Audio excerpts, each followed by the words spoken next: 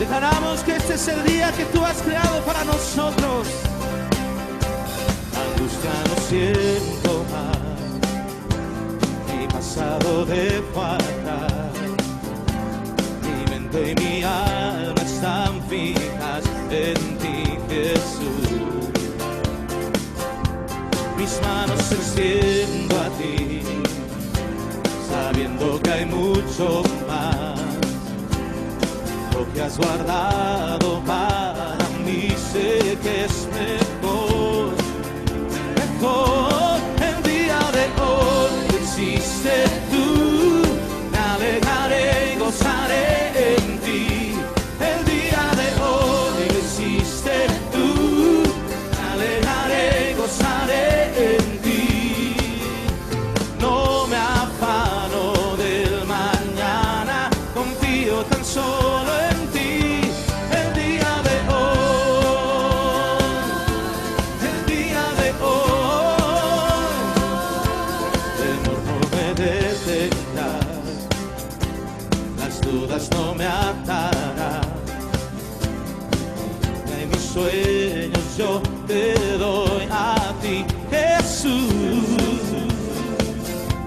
Mis manos se extiendo a ti, sabiendo que hay mucho. Lo que has guardado para mí, y lo que has guardado para mí, sé que es mejor, mejor. El día de hoy existe tú, me alegraré y gozaré en ti.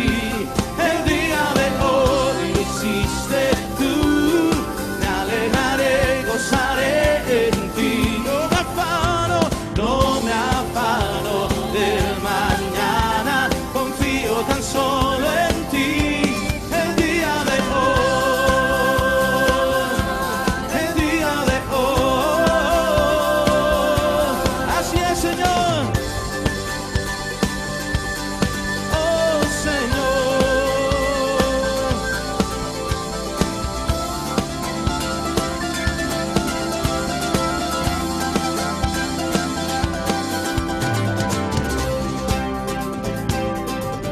Señor, hoy decidimos creerte a ti y a tu palabra, lo que tú has dicho y las promesas, Señor, son sí, son amén. Por eso declaramos: tu palabra guardaré,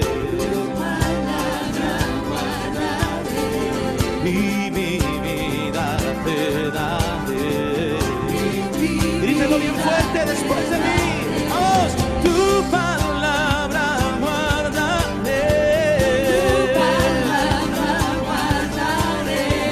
y mi vida te daré. Señor, el día de hoy existe tú, me alegraré y gozaré en ti.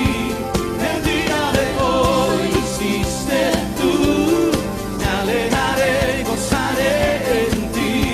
El día de hoy existe tú, me alegraré y gozaré en ti.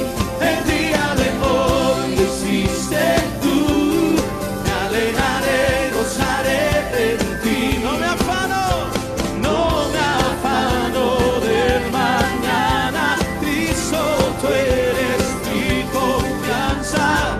Yo iré a donde vayas, confío tan solo en ti. El día de hoy, el día de hoy, el día de hoy, así es. El día de hoy, hoy, hoy, el día de hoy.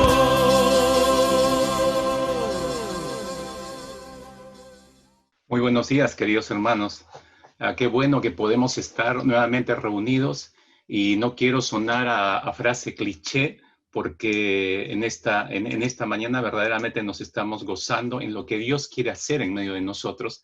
Y este es el día, como dice el salmista, que hizo el Señor para que no solamente nos reencontremos, nos veamos. Y a pesar que insistentemente usted y yo hemos escuchado que esta pandemia y siempre añorando estar juntos, bueno, no quiero insistir por ese lado, solamente quiero gozarme en el Señor en esta mañana que es día de Él, y no importa que haya todo lo que esté habiendo, ¿no? El punto es que estamos junto con el Señor y Dios nos está permitiendo vida, aliento para poder vernos y podernos reunir en esta preciosa mañana que nos está regalando. Ahora, yo sé, como solíamos decir, mire, salúdese con los hermanos, salúdese y despídase, yo solía decir, porque ahora conéctese con el Señor y no tiene que ver con nadie hasta el final del servicio. Pero ahora no puede, ¿no? Bueno, si tiene a alguien a su costado de su familia, bueno, apapáchelo ahí y resalúdelo, porque se ven todos los días seguramente. Y si no tiene a nadie, es un huerfanito en esta mañana, pues abrácese usted solo, usted sola y dese la bienvenida. Y le dice, Señor, muchas gracias por darme vida, por permitirme conectarme con mis hermanos, con tu iglesia una vez más en esta mañana, ¿no es cierto? Muy bien. Ahora, présteme atención, por favor, porque entramos en estos tiempos y como no estamos juntos, el corazón humano nuestro es siempre tendiente se inclina a ser más Marta que María, ¿no? Se acuerda de la gran lección que nos dio el Señor con sus dos grandes amigas, las hermanas de Lázaro. Digo más Martas porque creemos que podemos desperdiciar el tiempo mientras me siento el culto y como no me ven, puedo estar haciendo otras cosas. Esa es la de Marta, ¿no? Voy a avanzar en otras cosas al mismo tiempo, porque se considera que esto es como, no es un tiempo aprovechable, pero tenemos que entender que sí lo es, tenemos que conectarnos, mis hermanos. Entonces yo le voy a pedir que haga dos cosas en manera especial, que se acomode bien ahí en su lugar en primera instancia, que espero que haya tomado todas las previsiones del caso para que nada le interrumpa, haya apagado el celular, haya dejado todo listo para el resto de la familia, que si no son creyentes pueden interrumpirle, pedirle algo, interfieren en el momento que usted puede estar adorando, orando. Tome todas las previsiones del caso para que se conecte solamente en este tiempo. Los siguientes minutos son tan importantes, no porque tengamos solo que escuchar la voz del Señor, sino porque tengamos que entender. Y nuestra mente tiene 1000 cosas en las cuales puede estar ocupada al mismo tiempo. Entonces, no disperse su mente en esta mañana, concéntrese en una sola cosa ahora, ¿no? Todos los hiperactivos, cálmense, ¿no? Todos los que no pueden estar quietos 2 minutos, cálmense, ¿no? Y conéctense en espíritu con el Señor para ofrecer una adoración en espíritu y en verdad, todos juntos, a pesar que no estamos en un mismo templo, en un mismo lugar, pero interconectémonos todos en un mismo espíritu. No creo, eso es lo que dice la palabra, que ahí se deleita a Dios. Cuando ve esa actitud de su iglesia, definitivamente que Él se va a manifestar. Ahora, como decía, escúcheme con atención. Se piensa, mis queridos hermanos, que por las circunstancias que estamos viviendo en estos tiempos, no se puede tener una experiencia de adoración viva los días domingos como hoy. Se piensa que ya no, la experiencia de adoración ha cambiado y no va a ser igual, no va a ser una experiencia transformadora en este tipo de reuniones virtuales. Si bien es cierto, nada puede compararse con la experiencia de adorar todos juntos en un mismo local, en un mismo recinto y experimentar todos juntos la presencia del Señor. Sin embargo, el Señor... necesito que recordemos esto, el Señor dijo que donde están 2 o 3 reunidos en su nombre, Él estaba allí en medio de nosotros. Entonces no especificó si iba a haber pandemia, si iba a haber una situación como la que estamos viviendo, si nos íbamos a quedar sin local, si nos íbamos a poder reunir solamente virtualmente. El Señor solo dijo, donde están 2 o 3 reunidos en mi nombre, ahí yo estoy. Y estamos conectados, yo creo, más de 2, 3 hermanos. La promesa del Señor dice que está en medio de nosotros. Su presencia está garantizada, mis hermanos, ¿no? Por lo que Él dijo. Ahora, si creemos esa promesa, tenemos que creer todas las demás, hermanos. Tenemos que creer todas las demás. Ahora, no voy a leerle todas las promesas del Señor en esta mañana para animarle a que tenga este encuentro vivo, transformador con el Señor. Pero quiero recordarle algunos, así que aliste su corazón, aliste su mente. Dice el salmista, no voy a leer textualmente el Salmo 143, versículo 6. Deje que la palabra penetre, ¿no? Salmo 143, versículo 6, el salmista dice lo siguiente, escuche con atención. A ti extiendo mis manos, Mi alma te anhela como la tierra sedienta. A ti extiendo mis manos, le dice el Señor. Mi alma te anhela. Subraye eso. Mi alma te anhela en tierra sedienta, como la tierra sedienta. Hay un anhelo expresado por el salmista. Mi anhelo eres tú, Señor. Y te deseo a tal punto como la tierra que desea el agua, como tierra seca que desea el agua, fervientemente, apasionadamente. Así está mi alma, dice el salmista. ¿Está su alma así en esta mañana? Pues estamos ocupados en un montón de cosas, no percibimos el anhelo por Dios. Incluso nuestro anhelo puede estar torcido. Puedo entrar anhelando verme con mis hermanos, ver en la pantalla. Entró mi hermano, mi hermana. Hola, mis hermanos. Al final no voy a saludar con ellos. Más está nuestra expectativa en Él. Entonces estamos robándole gloria a Dios. Concentrémonos en la persona del Señor. Él es el centro. Él es el objeto de nuestra adoración. Por Él hemos entrado, por Él estamos aquí y por Él vamos a seguir estando en los siguientes minutos. Salmo 42, versículo 1. Seguimos en esa línea de anhelo. Mire cómo lo expresa el salmista, ese deseo desesperado. No sé si es el término correcto, me queda chico todavía ese término. Salmo 42, 1, dice el salmista, como el ciervo brama, el animalito, ¿no? No sé, usted habrá visto por algún especial, algún National Geographic, algún programa, algún ciervo cuando está en una montaña, tiene un grito muy fuerte y está olisqueando en el viento agua. Y así muestra su deseo por beber agua, ¿no? Esa es la figura del salmista, como el ciervo brama, y entiéndase como el ciervo anhela, porque el ciervo está desesperado, anhelando encontrar agua, está olisqueando en el aire. Como el ciervo brama por las corrientes de las aguas, así clama, así anhela, oh Dios, el alma mía, ¿no? Tu presencia. Interesante esa figura, pero sigue en esa línea. Hay un anhelo muy fuerte del Señor. Su anhelo por Dios en esta mañana es fuerte.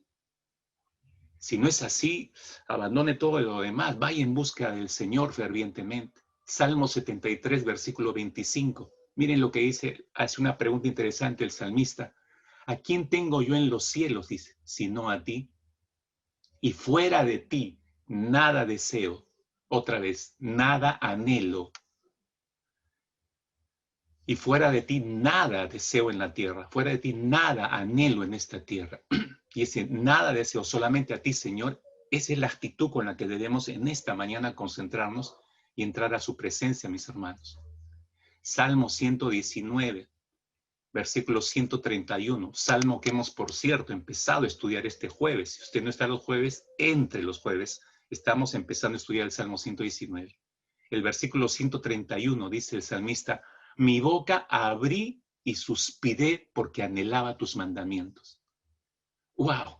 Mi boca abrí y suspiré porque anhelaba, ¿qué cosa? Tus mandamientos. Acá ya se completa el cuadro. Hay un anhelo no solamente por la persona de Dios en los anteriores salmos, sino también por su palabra. ¿Por qué?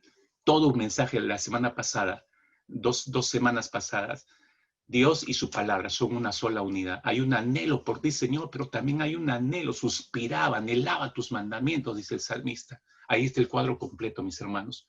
¿Cómo debemos acercarnos al Señor? ¿Cómo debemos acercarnos al Señor? Así que todos estos textos yo espero que hayan empezado a abrir su apetito por Dios. Por eso le decía, concéntrese, por favor. No se distraiga en nada los siguientes minutos. Deje que Dios opere en su corazón, en nuestro corazón. Dejémosles hacer a Dios lo que debe hacer ahora que nos ha convocado a todos y nos tiene a todos conectados en este servicio. Con todo esto en mente, voy a ayudarle a empezar a orar. Yo solamente lo voy a poner en el punto de partida de la oración. Luego va a venir una alabanza y le voy a dejar a usted que siga orando con la alabanza. Déjese ministrar a través de la alabanza. Use la alabanza para seguir orando al Señor en esta mañana. No se distraiga, no se vaya por la tangente. Concéntrese. Dios es el anhelo de nuestro corazón en esta mañana. Ore conmigo ahí, por favor. Cierre sus ojos y ore conmigo. Dígale así al Señor junto conmigo. Señor, no imagino, así dígale, no imagino, Señor, otro lugar donde yo pueda encontrar la paz. Solo en tu presencia, Señor, estoy segura que puedo encontrar paz. No imagino, Señor, ningún otro lugar que pueda llenar nuestro corazón, envolviendo todo nuestro ser, Señor. Por favor, Padre, ven en esta mañana y límpianos, purifícanos. Solo así te podremos ver, Señor, en este día. Límpianos de toda perturbación mental en lo profundo de nuestras almas. Solamente así te podremos ver. Nuestras almas te anhelan, Señor. Nuestras almas te anhelan, Señor. Es tu presencia la que queremos, oh Dios. Sin palabras nos quedamos ante tu majestad, Señor. Solo allí queremos estar en esta mañana.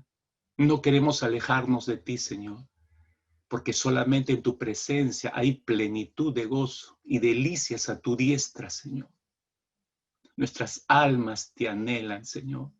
Nuestro ser entero te anhela en esta mañana, Dios de los cielos. Siga adorándole al Señor. Siga adorándole mientras escucha la siguiente alabanza.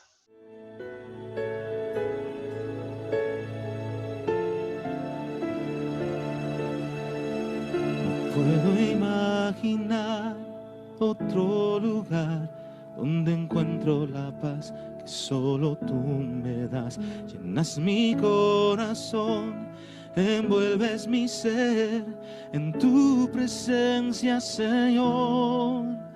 Ven y límpiame, purifícame,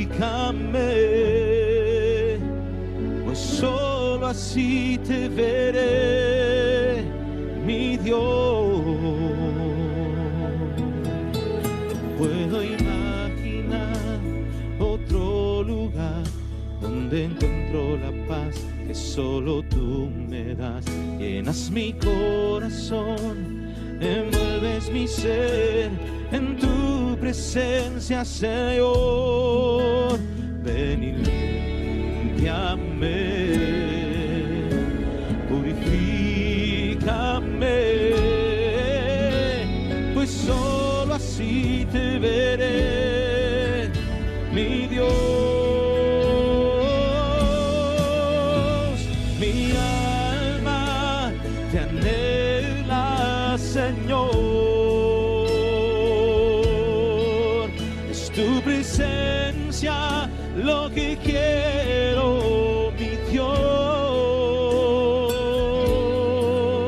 Sin palabras me quedo ante ti, mi Señor. Solo ahí quiero estar, no me quiero alejar de ti, Señor.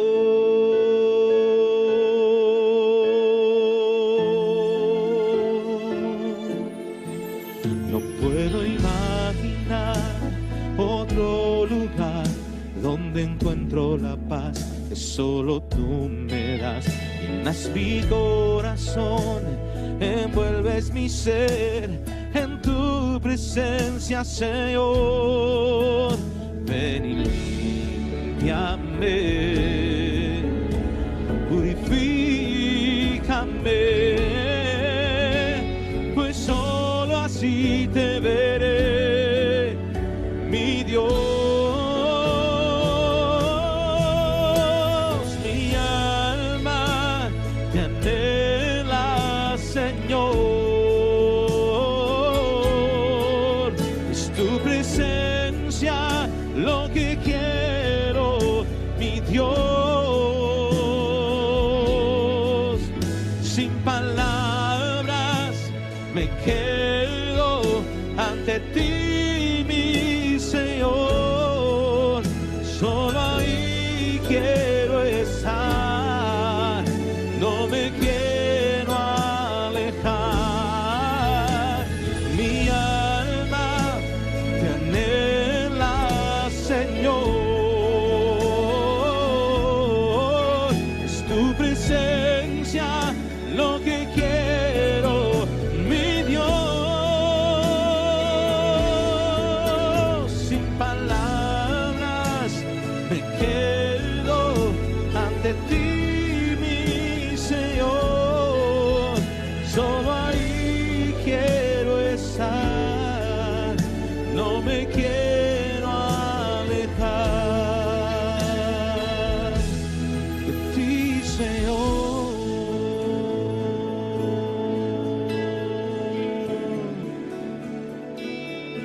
Mi Señor Jesús.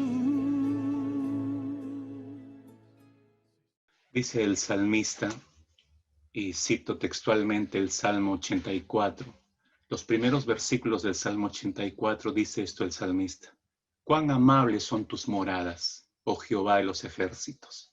Anhela mi alma, y aún ardientemente desean los atrios de Jehová.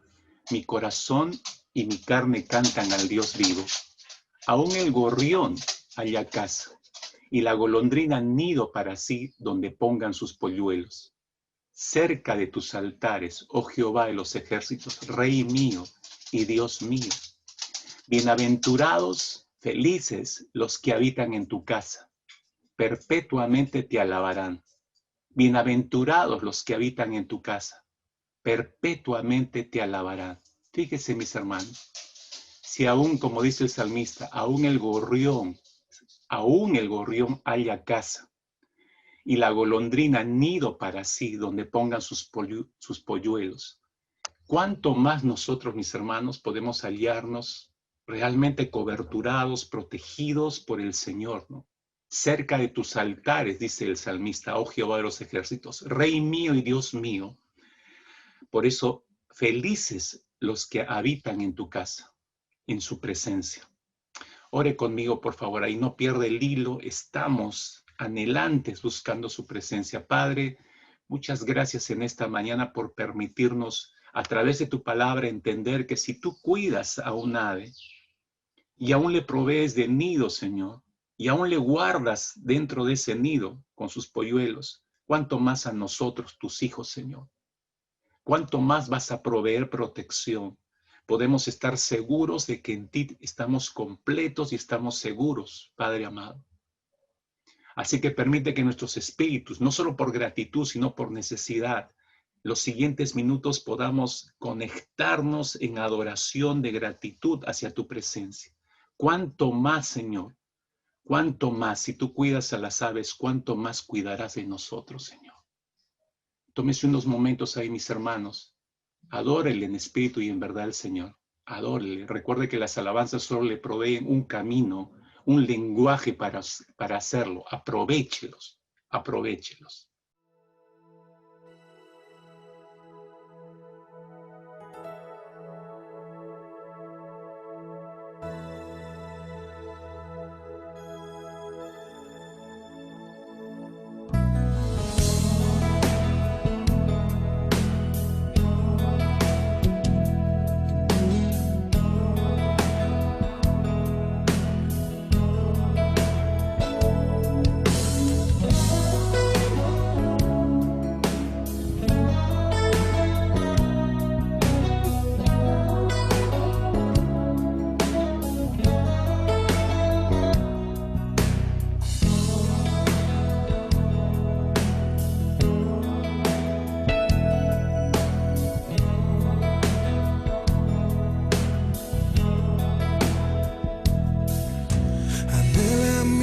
Estar en tu presencia desde el alba hasta que caiga el sol. Quiero estar pegado a tu costado, oh, más cerca de tu corazón. Quiero estar a la sombra de tus alas. Quiero andar rodeado de tu luz. Quiero hablar contigo cara a cara.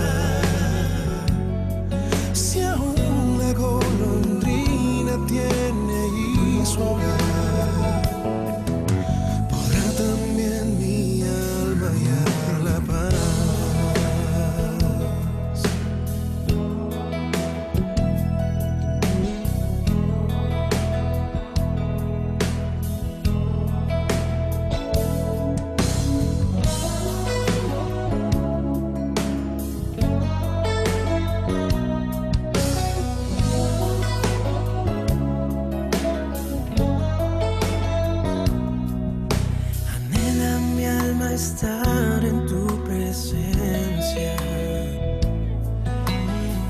escuchar tu voz una vez más, poder hallar la calma en la tormenta, oh, cerca de tus atrios, oh Jehová.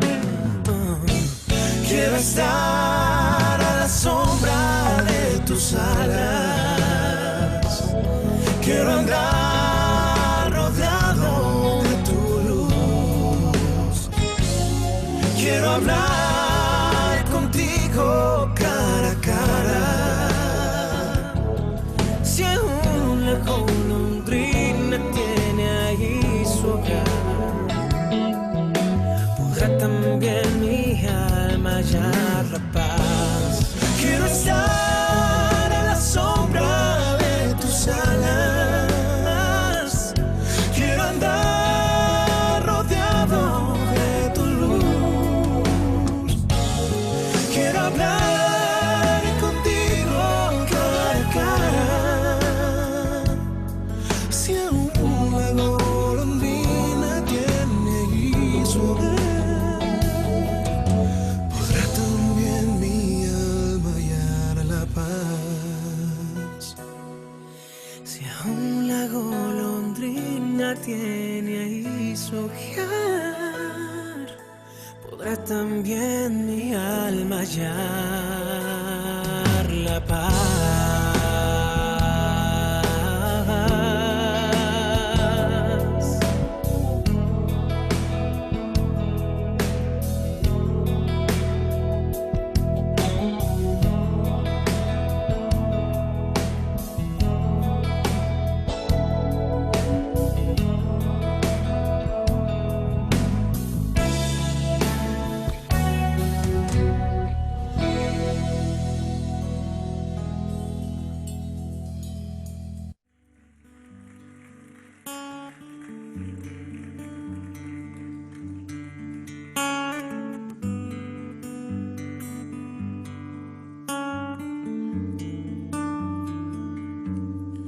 Ante ti me postraré, humillar frente a ti, rostro a tierra, Rey, con lágrimas lavo tus pies, me postraré ante ti con todo mi ser, me postraré ante ti, poderoso Rey. Canta conmigo. Ante ti me postraré, humillado frente a ti, rostro a tierra, Rey, con lágrimas lavo tus pies, me postraré ante ti con todo mi ser, me postraré ante ti, poderoso Rey. Conmigo. Santo, santo, tú eres santo, santo, santo, santo, santo eres tú por siempre, Dios. Ante ti, semilla, me postraré, humillado frente a ti, rostro a tierra, Rey, con lágrimas lavo tus pies,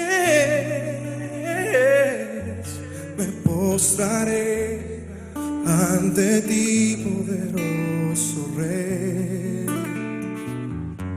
Me postraré ante ti, poderoso Rey. Conmigo, semilla. Santo, confiésalo. Santo, el Rey de Reyes es santo. Santo, vinimos a adorarle, alza tu voz. Santo, santo, santo, santo, santo, santo eres tú por siempre, Dios. Ante ti me postraré. Postra tu corazón hoy. Humillado frente a ti, rostro a tierra, Rey. Con lágrimas lavo tus pies. Me postraré ante ti con todo mi ser. Me postraré ante ti con todo mi ser. Me postraré ante ti con todo mi ser. Me postraré ante ti con todo mi ser. Me postraré ante ti, poderoso Rey.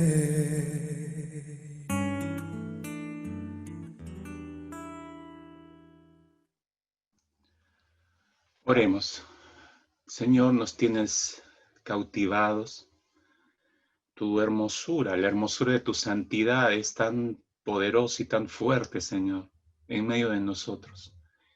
Y sumada a tu promesa que estás en medio de nosotros, Señor, cuánto más fuerte se hace tu presencia. Señor, para que esa presencia tuya calme cualquier tormenta en las almas, para que cambie cualquier tormenta en lo profundo de nuestros espíritus, Señor. Padre, necesitamos pausar periódicamente nuestras propias vidas para reflexionar no solo en la grandeza tuya, sino en la suficiencia tuya, Señor. Por eso podemos estar seguros. Por eso el salmista dice que así como las aves pueden hallar cobertura a través de un nido, Señor, cuánto más contigo podemos estar seguros y en la certeza de que tú estás siempre, Señor, coberturándonos. Tu palabra, Señor, es muy clara cuando manifiesta que debajo de tus alas estaremos seguros. Que los que estamos en Cristo, que los que estamos en ti, Señor, estamos seguros porque estamos no solamente en ti, sino dentro del corazón del Padre. Señor, todo esto, que en esta mañana penetre en lo profundo de nuestro ser. Y verdaderamente toda perturbación sea extraída de nuestros corazones, sea, Señor, remitida hacia tus pies. Cualquier preocupación, cualquier temor, cualquier situación difícil que muchos de nosotros probablemente estamos pasando, sean llevadas automáticamente hacia tu suficiencia, Señor. Nosotros no podemos cargar nada, Señor. Tú eres grande y poderoso para hacerlo. Tú eres suficiente para nosotros. Y tu palabra dice que estamos completos en ti, Señor. Ayuda nuestra fe. Ayuda nuestra fe para creerte, Señor. Te adoramos con todo nuestro ser. A corazón abierto, Señor, te adoramos. Nos has cautivado en tal medida que estamos listos para ti, prestos para ti, Señor. Por favor, reafirma y consolida todo lo que estás haciendo en estos minutos en nuestras propias vidas, en nuestros propios seres, Señor. Que podamos experimentar a lo largo de todo este servicio, podamos experimentar tu verdadera paz sobre nuestros corazones, dominando cualquier situación que nos haya traído a desmedro en la fe a lo largo de los últimos días. En el nombre poderoso de Cristo Jesús, donde quiera que se encuentren tus hijos, tus hijas, algunos pasando aflicción, otros enfermos, otros postrados, otros en la incertidumbre de qué será de ellos, Señor. Padre, todos esos corazones turbados, Señor, por todas estas cosas, alguien refugio en tu nido, Señor. Alguien, Señor, las respuestas que necesitan a sus preguntas inquietantes. En el nombre que es sobre todo nombre, en el nombre de aquel que es grande, en el nombre de aquel que es suficiente por sí mismo, Señor. En el nombre de Cristo Jesús. Amén, Señor. Amén. Amén. Aquel famoso sermón sobre la montaña que Jesús predicó resume absolutamente todo los principios del reino de Dios. En el siguiente video quiero invitarles a que podamos recordar esos principios que son importantes para seguir conociendo mejor a Dios, mejor su palabra, y nuestro amor se vaya incrementando hacia ellos. Veamos con atención. Adelante con el video. No os hagáis tesoros en la tierra, donde la polilla y el orín corrompen, y donde ladrones minan y hurtan. Sino haceos tesoros en el cielo, donde ni la polilla ni el orín corrompen, y donde ladrones no minan ni hurtan. Porque donde está vuestro tesoro, allí estará también vuestro corazón. No juzguéis para que no seáis juzgados, porque con el juicio con que juzgáis seréis juzgados, y con la medida con que medís se os volverá a medir. ¿Y por qué miras la paja que está en el ojo de tu hermano, y no echas de ver la viga que está en tu propio ojo? ¿O cómo dirás a tu hermano: déjame sacar la paja de tu ojo, y he aquí la viga en tu propio ojo? Hipócrita, saca primero la viga de tu propio ojo, y entonces verás bien para sacar la paja del ojo de tu hermano. Pedid, y se os dará. Buscad, y hallaréis. Llamad, y se os abrirá. Porque todo el que pide, recibe. Y el que busca, halla. Y al que llama, se le abrirá. ¿Qué hombre hay de vosotros que si su hijo le pide pan, le dará una piedra? Y si le pide un pez, le dará una serpiente. Si vosotros, siendo malos, sabéis dar buenas dádivas a vuestros hijos, ¿cuánto más vuestro Padre que está en los cielos dará buenas cosas a los que le piden? Así que todas las cosas que queráis que los hombres hagan con vosotros, así también haced vosotros con ellos. Porque esta es la ley y los profetas. Entrad por la puerta estrecha, porque ancha es la puerta y espacioso el camino que lleva a la perdición, y muchos son los que entran por ella. Porque estrecha es la puerta y angosto el camino que lleva a la vida, y pocos son los que la hallan. Y guardaos de los falsos profetas, que vienen a vosotros vestidos de ovejas, pero por dentro son lobos rapaces. Por sus frutos los conoceréis. ¿Se recogen uvas de los espinos o higos de los abrojos? No puede el árbol bueno dar malos frutos, ni el árbol malo dar buenos frutos. Todo árbol que no da buen fruto es cortado y echado en el fuego. Así que por sus frutos los conoceréis. No todo el que me dice, Señor, Señor, entrará en el reino de los cielos, sino el que hace la voluntad de mi Padre que está en los cielos. Muchos me dirán en aquel día, Señor, ¿no profetizamos en tu nombre y en tu nombre echamos fuera demonios y en tu nombre hicimos muchos milagros?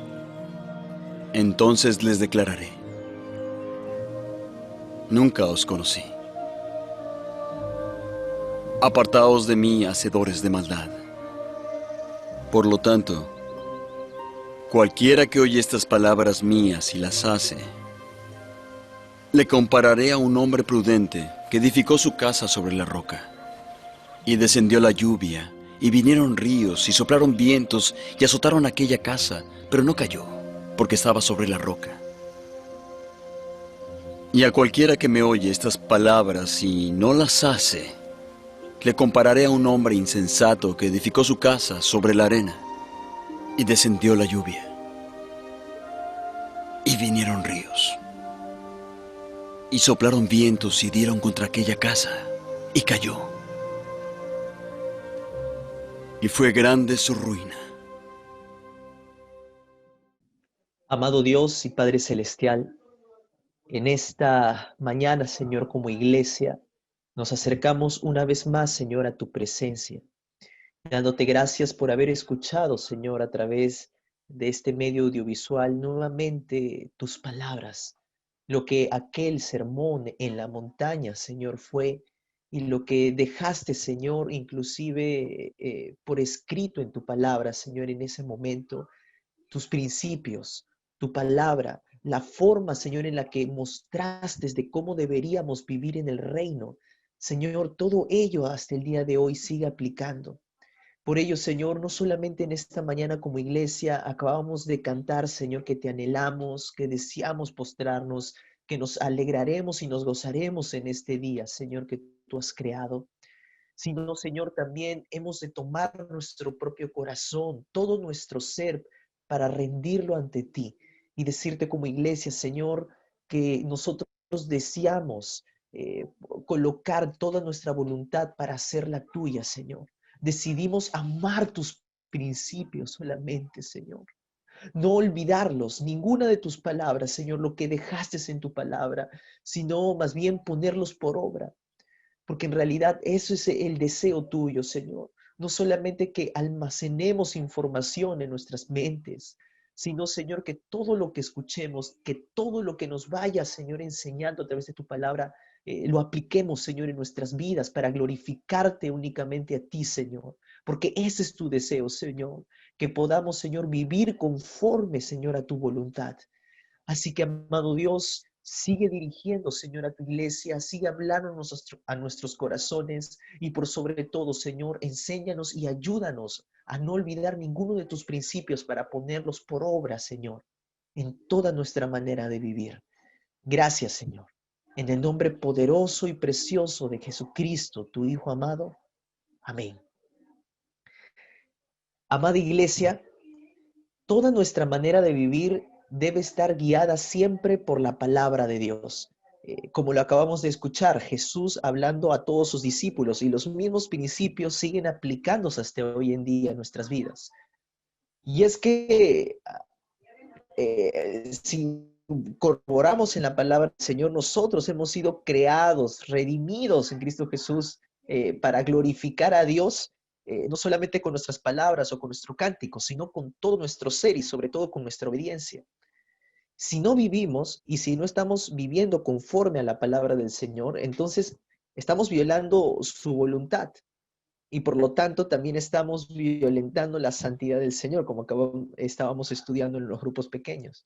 Por lo tanto, amada iglesia, vamos a ver y escuchemos, vamos a ver un video para poder escuchar con atención por qué es tan importante la palabra de Dios en la vida de toda la iglesia. Así que, por favor, atentos con el siguiente video.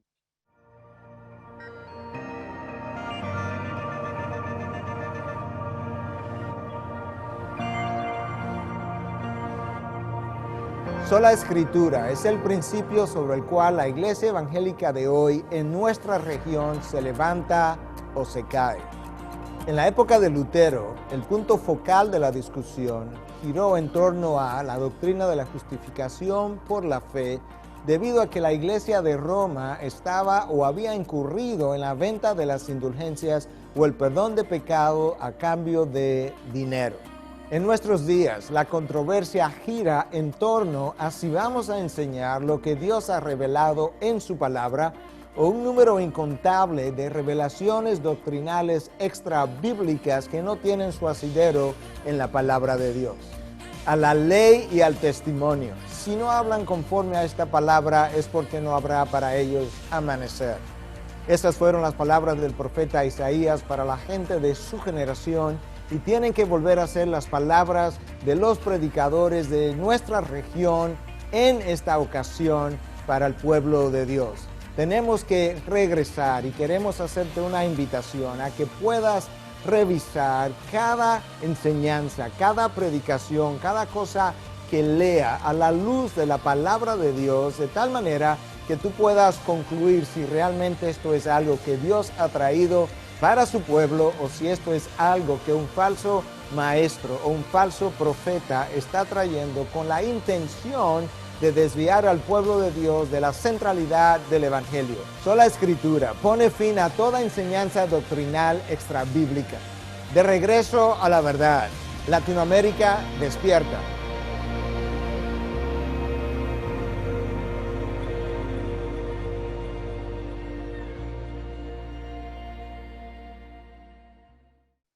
Así es, amada iglesia.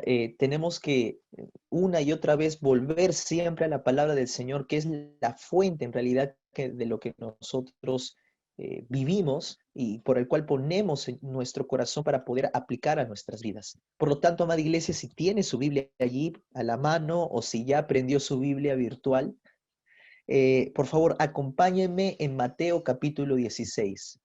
Mateo capítulo 16, versículo 17. Vamos a hacer lectura a la palabra del Señor. Dice así la palabra de Dios, versículo 17 del capítulo 16 de Mateo. Entonces le respondió Jesús: Bienaventurado eres, Simón, hijo de Jonás, porque no te reveló carne ni sangre, sino mi Padre que está en los cielos.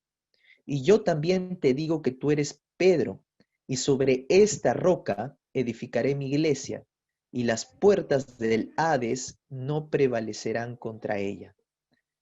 Amada iglesia, en este tiempo damos paz y bienvenida a nuestro amado pastor José Luis Juárez.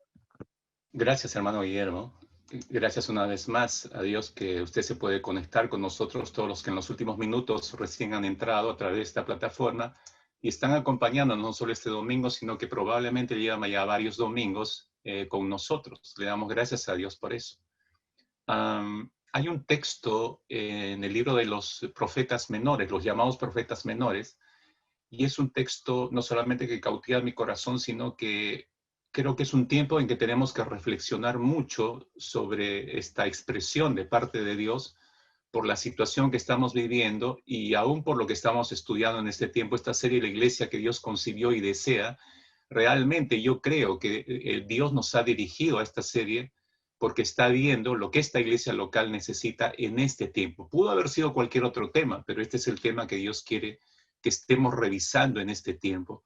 Y entender bien cuál es el fundamento de la iglesia. La semana pasada estábamos viendo acerca de este fundamento. Esta es una segunda parte de este tercer tema ya, de esta serie, el fundamento de la iglesia.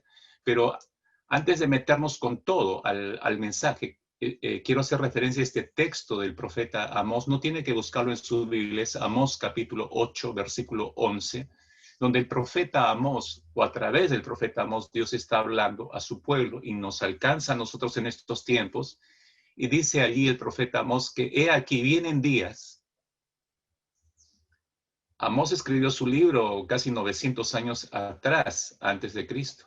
He aquí vienen días, dice que hay un tiempo de Dios, declara el Señor Dios, en que enviaré hambre sobre la tierra. No hambre de pan, dice, ni sed de agua, sino de oír las palabras del Señor. Es importante captar lo que Dios está diciendo acá, 900 años de que antes que enviara a su Hijo Jesucristo, a pesar que el plan ya estaba hecho. Vendrá un tiempo, dice el Señor, y me estaba preguntando si estos son los tiempos en que habrá hambre de oír la palabra del Señor o habrá una escasez de esa hambre. Y creo que por eso tenemos que reflexionar en esta mañana. Una vez más, acompáñame en oración, porque este mensaje no se puede escuchar solamente con los oídos físicos. Se tiene que escuchar en el espíritu, porque la palabra es espiritual y es una herramienta espiritual para llegar a lo profundo de nuestros espíritus, con una razón, con un propósito, y siempre va a ser dar vida, redarguir, edificar, guiarnos, traer claridad al corazón en todo lo que podamos estar experimentando. Oremos. Padre, es cierto que si este es el tiempo en que el hambre por tu palabra se crecerá, se acrecentará, Señor, te damos toda la gloria a ti, Padre. Te damos toda la gloria por despertar los corazones y los oídos de todos nosotros, porque por nosotros mismos no hay un deseo, no hay una voluntad de escucharte ni ir en búsqueda de tu palabra, Señor. Hemos abandonado los estatutos, mandamientos y preceptos tuyos cientos de veces. Hemos vuelto como el hijo pródigo. Nos has vuelto a limpiar, nos has vuelto a colocar vestido nuevo, sandalias a nuestros pies, nos has vuelto a dar oportunidades. Y nuestra sordera, Señor, siempre está presente allí. Padre, agudiza nuestros sentidos en esta mañana para no solamente oír tu palabra, Padre, sino para entenderla. Y sobre todo, Señor, para comprender dónde estamos colocados como iglesia. ¿Cuál es ese fundamento sobre el cual descansa tu iglesia, Señor? En el nombre de Cristo Jesús, te rogamos que ayudes a todos nuestros corazones en esta mañana. En tu gracia esperamos, Señor, una vez más. Amén y amén. Amén. Hablar del tema del fundamento de la iglesia como seres falibles, mis hermanos, y yo quiero ser muy honesto en este sentido. Si nosotros enseñamos acerca sobre lo que es la iglesia de Dios, que Él mismo la fundó, Él mismo la diseñó, nosotros podríamos terminar, mis hermanos, enseñando acerca de la iglesia o enseñando acerca algo de la iglesia, más bien no conforme Dios lo haya dicho, sino conforme a nuestros gustos, más identificados por razones culturales con nuestra propia denominación, con nuestra iglesia local o personal. Se inclinaría probablemente y peligrosamente la balanza hacia ese lado. Y no necesariamente nuestra enseñanza o lo que digamos de la iglesia correspondería al patrón descrito por Dios a lo largo del Nuevo Testamento. Entonces, totalmente conscientes de ese peligro, es necesario, es imprescindible, mis hermanos, estar apegados al texto bíblico, viajar muy pegados al texto bíblico, sabiendo que de lo contrario, nosotros en este tema de enseñar acerca de la iglesia, podríamos terminar pecando contra Cristo y su novia, a la que Él mismo dio el nombre de iglesia. No la llamó iglesia a los apóstoles, Pablo, Pedro le puso después ese nombre. No, fue Cristo quien usó el adjetivo calificativo de mi iglesia. En el libro de Apocalipsis, capítulo 21, versículo 9, y nos van a ayudar con las vistas ahí en la pantalla, usted lo va a tener a partir de este instante. Apocalipsis 21, 9 dice así el apóstol Juan quien lo escribe. Vino entonces a mí uno de los 7 ángeles que tenía las 7 copas llenas de las 7 plagas postreras, dice, y habló conmigo diciendo, ven acá, yo te mostraré la desposada, la esposa del Cordero. Y yo he colocado allí en una versión diferente, en la versión Biblia de las Américas, el mismo texto, y usted se va a percatar que usa, para ayudarnos a comprender, 2 términos, y vino uno de los 7 ángeles que tenían las 7 copas llenas de las últimas 7 plagas, y habló conmigo diciendo, ven, te mostraré la novia, la esposa del Cordero.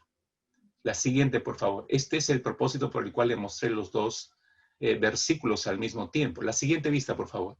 Gracias. Y la estoy marcando allí. ¿Por qué? Porque Cristo mismo llama a su iglesia novia y esposa. Ahora usted me entenderá porque hace un instante estaba en esta oración diciendo, Señor, guarda nuestra boca y corazón de no enseñar algo que no corresponda, bíblicamente hablando, a tu novia, a tu esposa, porque estaríamos pecando contra el Señor. ¿No? Entonces, es la misma palabra de Dios que nos muestra la estrecha relación, mis hermanos, que Cristo estableció entre su persona y su iglesia.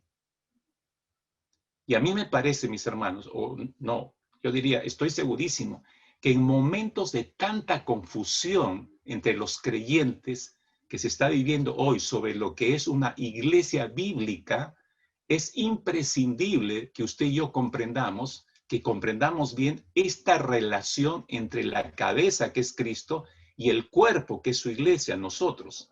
La relación tan estrecha que hay entre el novio y la novia. Esto es importantísimo, mis hermanos. Nuestra identidad como iglesia descansa en este gran principio. Algunos en el pasado, mis hermanos, han llegado a afirmar que la iglesia va a desaparecer. Han tenido la soberbia de decir que la iglesia va a desaparecer en el tiempo. Y comparto con ustedes algo que es sumamente, creo, digno de tomar en consideración en este caso. Se hizo un estudio en la Universidad Santa María allí en Londres, y la hizo curiosamente este estudio, la hizo entre jóvenes adultos en Europa. ¿Quién hizo este estudio? Un profesor de teología y sociología de la Universidad Santa María de Londres, llamado Stephen Bullivant. El que sea profesor de teología no significa que sea cristiano, por si acaso quiero aclarar esto, porque se va a dar cuenta de la conclusión que llega este teólogo no creyente, ¿no? Él hizo un estudio titulado Adultos Jóvenes y Religión de Europa. Este fue el resultado que arrojó sus estudios. La siguiente vista, por favor. Estoy hablando de países europeos, de donde todo copiamos y de donde todo viene. Mire el estado espiritual que vive la Europa de hoy. La República Checa, por ejemplo, después de este estudio, reportó que el 91% de los jóvenes entre 16 y 29 años de edad no se consideran religiosos y menos espirituales. El 91% de jóvenes. En Estonia, Suecia y los Países Bajos, se reportó este estudio, entre el 70 y 80% de los jóvenes que se definen a sí mismos como no religiosos o nada espirituales. En Polonia, donde se reporta solo que el 17% de los jóvenes se definen a sí mismos como no religiosos, seguidos de Lituania, donde el porcentaje se eleva al 25% de jóvenes que se declaran no religiosos o no espirituales. En el Reino Unido, el 83% de los jóvenes se identifican como no religiosos o no espirituales.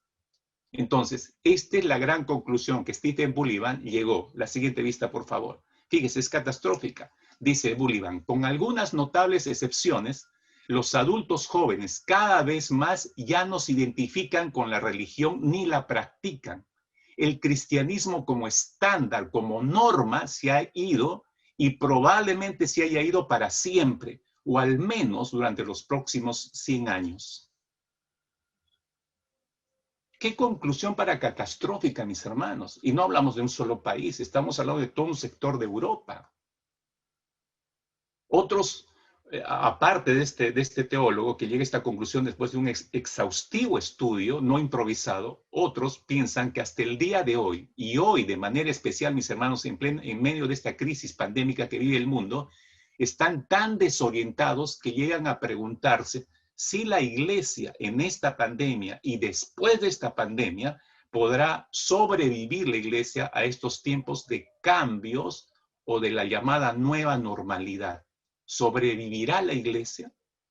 Esa es la pregunta.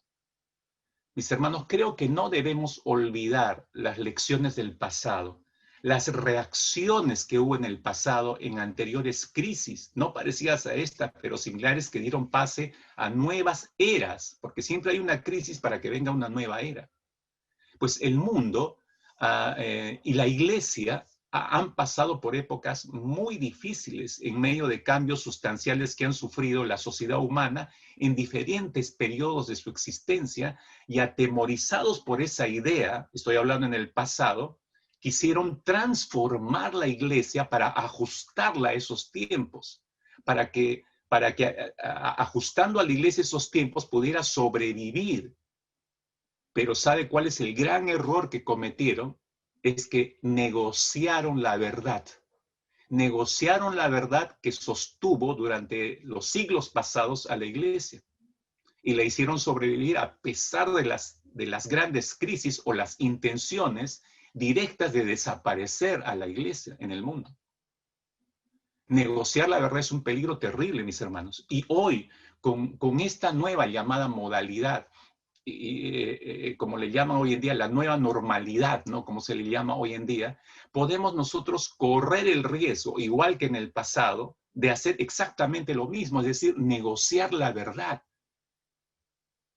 Ese es un peligro, hermanos, porque estaríamos socavando el fundamento sobre el que debe ir creciendo y desarrollando la iglesia en estos tiempos. Vez tras vez, mis hermanos, se escucha la queja de lo difícil que está resultando hoy en día encontrar una iglesia bíblica. Y hoy que la gente no tiene que movilizarse mucho, puede entrar a 20 iglesias en un solo día, porque con un solo clic pasa de una congregación a otra y a otra y a otra y a otra. Esto no es nada nuevo, mis hermanos. Como bien sabemos, el error siempre ha proliferado y con mayor rapidez incluso que la propia verdad. El error viaja mucho más rápido que la propia verdad. La mentira, la falsedad parecen absorberse por ósmosis más rápidamente, mientras que hacer florecer la verdad cuesta un enorme trabajo, hermanos. Repito, hacer florecer la verdad está costando un enorme trabajo hoy en día a través de las pantallas, a través de las plataformas. No importa cuán bien estructurado esté un mensaje, lo compartimos, lo predicamos apasionadamente, pero todo es que apagan la pantalla, cada quien se embarca en sus propios problemas, en su propio mundo, empieza su semana como siempre le empiezan, no hay ningún cambio, no hay ninguna transformación, no se dejaron penetrar por la palabra, no se dejaron afectar por la palabra, entonces los miedos siguen, los temores continúan, las desconfianzas continúan, la falta de fe siempre es un problema, etcétera, etcétera, etcétera. Está siendo sumamente difícil hacer florecer la verdad, está costando un enorme trabajo, mis hermanos, en estos tiempos.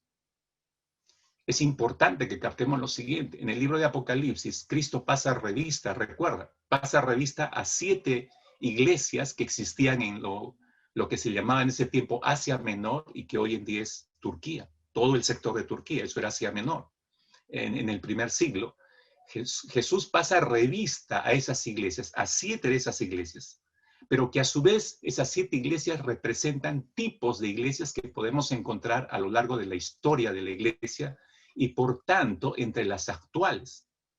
Ahora, de esas 7 iglesias, solamente el Señor no amonesta a 2 de estas, la de Filadelfia y la de Esmirna. Son 2 iglesias que no escuchan un reproche de parte del Señor.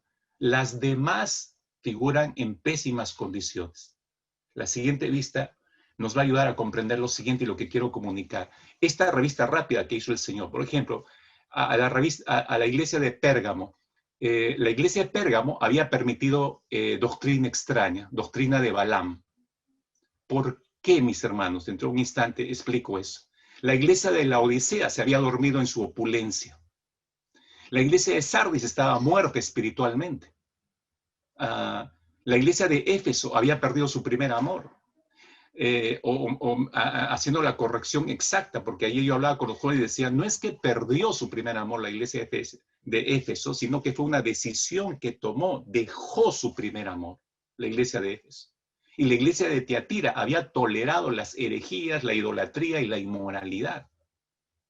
Ahora, acá hay un común denominador. ¿Por qué estas iglesias permitieron doctrinas extrañas? ¿Por qué se durmieron en su opulencia? ¿Por qué estaban muertas espiritualmente? ¿Por qué dejaron su primer amor? ¿Por qué toleraron herejías, idolatría e inmoralidad? ¿Por qué, mis hermanos? Hay un común denominador. La siguiente, por favor. Y este es el común denominador. Porque habían dejado de amar a Dios y habían dejado de amar su palabra. Es un común denominador. No hay tiempo porque no es el tema, pero si usted revisa cada una de estas iglesias, lo que se va a percatar es que ¿por qué Pérgamo permitió doctrina extraña y abandonando la verdadera doctrina? Porque dejó de amar la palabra del Señor. ¿Por qué la Odisea se quedó dormida en su opulencia? Porque prefirió lo que tenía y creyó que ese era su fundamento y abandonó el fundamento principal que es Cristo. ¿Por qué Sardis estaba muerta, llegó a este punto de morir espiritualmente? Porque se despreocupó. Absolutamente prefirió lo que estaba haciendo a la vida espiritual que obtenemos a través de la vida de Cristo. O sea, hay un cambio ahí de amores, hay un cambio de preferencias, ¿no? Igual las demás iglesias llegaron a ese punto porque dejaron de amar. Básicamente este es el punto, dejaron de amar a Dios y dejaron de amar a su palabra. Ahora, mis hermanos, creo que en momentos como los que estamos viviendo hoy se hace imprescindible, voy a decirlo de esta manera, imprescindible hablar de lo que de verdad es la iglesia para Cristo. Ya se habrá dado cuenta usted que la iglesia en estos tiempos ha sufrido uno de los peores golpes, uno de los golpes más fuertes en su historia de su existencia. Y el ataque vino externamente a la iglesia. Estoy refiriéndome a la crisis que estamos viviendo. nos cerró templos, cerró posibilidades de vernos en persona, nos distanció entre nosotros. ¿Para qué? Para enfriarnos. Hay un propósito detrás de todas estas cosas. Nos ha aislado para insensibilizarnos. Nos ha alejado para ni siquiera poder consolarnos en medio del dolor de las pérdidas de las vidas. Nos ha aislado a tal punto que ni siquiera podemos acompañar en su dolor a las familias que han visto partir a sus seres queridos, ni siquiera abrazarlos, ni siquiera llorar con ellos, ni tampoco alegrarnos con los que se gozan. Mis hermanos, está siendo uno de los peores golpes que la iglesia ha recibido en el mundo entero. Y lo estamos viviendo en carne propia. Pero la iglesia del Señor no solamente recibe ataques que proceden desde afuera, sino también desde dentro de la iglesia. Sin lugar a dudas, mis hermanos, los peores ataques que un ejército puede sufrir son aquellos que vienen desde su interior, curiosamente. Y no nos referimos, entiéndanme bien, por favor, y hago esta aclaración, no me refiero a ataques internos, a maneras de divisiones, chismes, críticas destructivas, conatos entre los propios hermanos, prácticas de pecado entre los servidores. No, si ya todas estas cosas de por sí son ya un problema en sí mismas y están trayendo problemas a la iglesia el día de hoy, pero no nos referimos solamente a estas que traen mucho daño a la iglesia, sino nos estamos refiriendo a las otras que ni siquiera se consideran como pecados. ¿Qué me puede usted decir de las faltas de compromiso? ¿Qué me pueden decir acerca de la indiferencia? ¿Qué me pueden decir acerca de la insensibilidad, del hurto sistemático a Dios, de la forma independiente de vivir de espaldas a la iglesia, de la falta de identificación con la iglesia del Señor? Todo esto también socava el fundamento de la iglesia. Todo eso es un ataque interior. La siguiente vista, por favor. Si logra, y esta es una secuencia trágica, hermanos, capte por favor esto. Y es un trabajo sistemático del enemigo. Si logra debilitar el amor de la iglesia por Dios y su palabra, entonces logra diluir la verdad en nuestras vidas. Si diluye la verdad, disminuye la luz de la verdad que debemos proyectar nosotros como creyentes, porque nosotros somos la luz del mundo, dijo el Señor. Y si disminuye la luz de la verdad que debemos nosotros proyectar, entonces nos quedamos en tinieblas, mis hermanos. Nos quedamos en absolutas tinieblas. Y Satanás nos hace creer que eso no es un problema que no debe preocuparnos. Yo he puesto adrede en esta vista que tiene en la pantalla ese degradé de color de claro a oscuro, porque así ocurre. Yo no me doy cuenta de la noche a la mañana que mi amor por el Señor y su palabra ha quedado debilitado de golpe. No, eso va progresivamente despacio. Usted no se da cuenta y de pronto usted está del otro lado, está en la total tinieblas, sin haberse percatado que entró a las tinieblas. Y de pronto usted dice, ¿qué pasó? ¿Qué pasó? Es que su amor por el Señor y su palabra se fue debilitando. Y eso fue diluyendo la verdad en sus vidas. Y usted ya no era luz para nadie. Y de pronto se queda en las tinieblas. Repito, sobre ese problema ya, Satanás nos hace creer que lo que usted está viendo en este instante, que es gravísimo en el caso de los creyentes de la iglesia del Señor, Satanás nos hace creer que eso no es un problema y que no debe preocuparnos. Le resta importancia. ¿Y sabe cuál es el peor problema sobre esto ya? Es que le terminamos creyendo. Por eso no nos preocupamos. Usted puede cortar después de este mensaje y estar tibio, como dice, bueno, no estoy ni en la oscuridad, ni tampoco, bueno, debo reconocer que estoy un poco débil en mi fe, no me encuentro con el Señor todos los días. Se pone en el punto medio, usted está entrando peligrosamente a las tinieblas, pero usted minimiza esto porque ya le susurró el enemigo. Esto no es un problema, no te debe preocupar, ocúpate de tus demás cosas. No le des tanta importancia. Hermanos míos, esto es grave. Esto es grave. Satanás sabe que si logra destruir la iglesia de Cristo, y cuando hablo de iglesia, hablo de cada creyente, mis hermanos, no hablo de la infraestructura, hablo de cada creyente. Y Satanás sabe muy bien, escúchenme, Satanás sabe muy bien que la iglesia no es la infraestructura, sabe que somos cada creyente.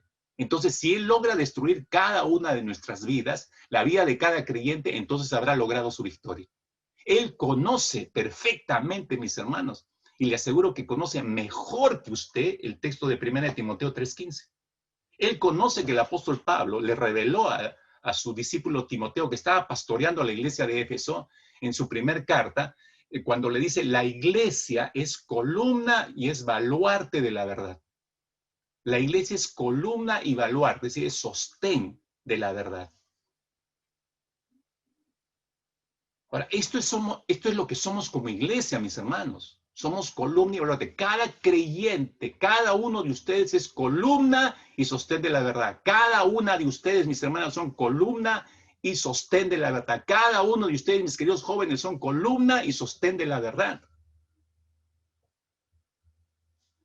Entonces, la manera más efectiva de hacer tambalear la iglesia cristiana, mis hermanos, es restándole importancia a lo que es la iglesia, lo que le acabo de mostrar, lo que dice Timoteo, lo que es la iglesia y lo que le sucede a la iglesia, lo que antes que eso le acabo de mencionar, ¿no? Nos va haciendo entrar a las tinieblas y no hay que preocuparse de eso, ¿no? Así opera el enemigo en estos tiempos. Hermanos míos, así está operando en estos tiempos, disciérnalo. ¿Usted cree, y le llevo a esto, regresemos todos juntos, ¿usted cree que la iglesia de Éfeso, voy a ir específicamente a esta iglesia, Apocalipsis capítulo 2, ¿usted cree que la iglesia de Éfeso no se dio cuenta que ya no amaba al Señor como al principio? Algunos piensan que como que no, ¿no? Pero escuche, claro que se dio cuenta que ya no amaba al Señor como antes, se percató de eso. El Señor le dijo, ¿no? Versículo 4, pero tengo contra ti que has dejado tu primer amor. Yo estaba explicando este término a los jóvenes el día de anoche, porque nos hemos familiarizado tanto con esa frase de esta iglesia, no leemos bien, decimos, la iglesia de Éfeso perdió su primer amor, perdió, pero no perdió, hermanos. Lee el texto, este es un error de observación de texto, pero tengo contra ti, le dijo el Señor, que has dejado tu primer amor. No le dijo, has perdido tu primer amor. Eso significa que fue un acto de la voluntad. Perder es algo, explicaba con un ejemplo el día de la noche a los jóvenes, no tengo algo de valor y por alguna razón se me cayó y te preguntan, ¿dónde está lo que te obsequié? Uy, lo perdí, decimos. Claro, fue algo involuntario, fue un acto involuntario, imprevisto, no programado. Pero dejar es otra cosa. Es tenerlo y teniéndolo, yo decido ya no tenerlo y lo dejo en algún lugar porque tengo algo mejor que esto. La iglesia de Éfeso sí se dio cuenta que estaba dejando de amar al Señor. Sí se percató de eso. Y fue un acto de la voluntad, mis hermanos. Porque llegó a amar más que cosa, sus propias obras. Usted revisa los versículos antes del versículo 4. ¡Wow! Esta iglesia es sorprendente. Hacía esto, hacía lo otro. Seguía ocupada en muchas cosas. Y claro, dice el Señor, por amor a mi nombre. Muy decorosamente Jesús le dice, por amor a mi nombre. Pero ese amor se había ido diluyendo. Sus obras, hermanos míos, por favor, captemos esto. Sus obras de esta iglesia pasaron a ser más importantes que el Señor de las obras. Y Satanás tuvo que haberle susurrado en algún momento, no sé en cuándo, pero en algún momento Satanás tuvo que haber susurrado a esta iglesia, no te preocupes. Cuando se percató que ya no amaba como antes al Señor, no te preocupes, le dijo el enemigo. A todos los cristianos nos pasa. No importa, tanto que no sientas ya tanto amor por Cristo, no importa, a todos los cristianos les pasa. Al fin y al cabo, estás trabajando arduamente, estás siendo paciente, no soportas a los malos, has sufrido por amor al Señor. No puedes estar tan mal, no te preocupes. No te preocupes. Luego aparece el Señor y le dice, tengo contra ti esto. Tengo contra ti esto. Por otro lado, están todos los que piensan, mis hermanos, porque lamentablemente es así en estos días. Hay otros que piensan que pueden ser cristianos sin asistir. Bueno, voy a usar el término ahora, sin conectarse a la iglesia. Existen de estos que piensan que pueden ser cristianos sin conectarse a la iglesia, que pueden tener una relación con Cristo sin tener una relación con su iglesia. ¿Y por qué hacen eso? ¿Por qué toman esa decisión? ¿Tienen algún sustento? Sí, se amparan en la excusa de que la iglesia está llena de hipócritas. ¿Ya escuchó eso antes? No, yo no voy a esa iglesia porque son una sarta de hipócritas. Tampoco voy a esta porque son una sarta de hipócritas. Ahora, por favor, quiero pensar un momento con ustedes en esta expresión. Personas que dicen que tienen una relación con Cristo, pero no quieren saber nada con su iglesia, ¿no? Y llaman a todos nosotros hipócritas, con doble vida. Te pongo hipotéticamente en un caso. Imaginemos por un momento, mis hermanos, que tenemos un amigo en común, ¿no? Que usted o yo tenemos un amigo en especial y yo le digo a ese amigo que es casado, tiene su familia, y le digo lo siguiente a este amigo. Mira amigo, yo no tengo problemas en relacionarme contigo. Somos amigos de años y nos estimamos, nos queremos. Yo no tengo ningún problema de relacionarme contigo. De hecho, tengo un gran interés de seguir siendo tu gran amigo. Pero mi problema es que no confío en tu esposa porque yo creo que tu esposa es una gran hipócrita. Así que procura, por favor, cada vez que nosotros nos juntemos como amigos, que solo estemos tú y yo. Procura que tu esposa no esté presente, porque creo que es una gran hipócrita. Ahora, ¿se imagina cuál sería la reacción de ese amigo ante esa propuesta? Si este amigo ama a su esposa, ¿se imagina cuál será la reacción de ese amigo? Miren, si a mí me dijeran eso, perdóname, pero me olvido por 2 segundos que soy pastor, ¿no? ¿Cómo vas a decir eso de mi esposa? Ven para acá, pedazo de granuja, no te voy a poner los puntos sobre la I que mereces. No voy a dejar que hable así de mi esposa. Ahora, la misma reacción, mis hermanos, o incluso mayor, es la respuesta de Cristo para aquellos que quieren llamarse cristianos sin tener un compromiso formal con su iglesia, con su esposa, con su novia. La misma reacción.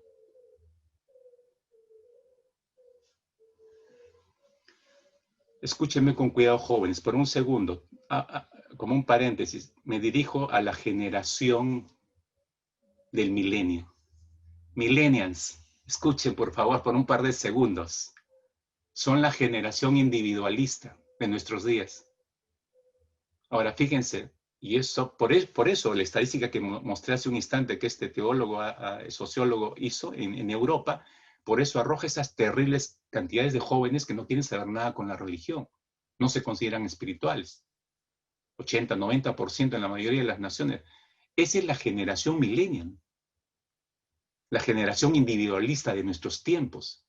Esta generación le ha restado importancia a la iglesia como institución. Jóvenes que me están escuchando, podrás ser cristiano, tienes a Cristo, pero eres parte de esta generación. Y estás permeado con todo lo que esta generación, todo lo que está haciendo la sociedad, está reestructurando la mente de todos estos jóvenes, ¿no? Han restado importancia a la iglesia como institución ¿por qué? Porque es más cómodo y menos comprometedor pertenecer a un lugar donde se reciben beneficios sin tener que asumir responsabilidades. Eso es fácil. De hecho, mis hermanos jóvenes, la falta de deseos de pertenecer a una iglesia local o de identificarse con ella solo muestra que dicha persona no es una persona convertida a Cristo. No, pastor, creo que lo está llevando demasiado lejos. No, te lo voy a comprobar con la Escritura. El apóstol Juan, en su primer carta, nos ayuda a entender que un verdadero creyente se caracteriza por una genuina comunión con Dios y con los hermanos, es decir, con la iglesia.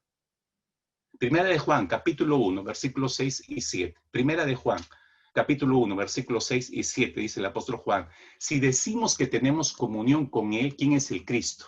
Si tenemos comunión con Él, pero andamos en tinieblas, mentimos y no practicamos la verdad.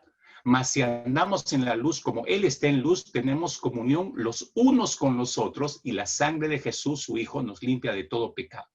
Según este pasaje, mis hermanos, es imposible ser cristiano sin tener una relación de hermandad con otros creyentes. Y esa es la razón por la que una de las funciones de la iglesia, mis hermanos, es la coinonía, Una de las funciones de la iglesia es la coinonía.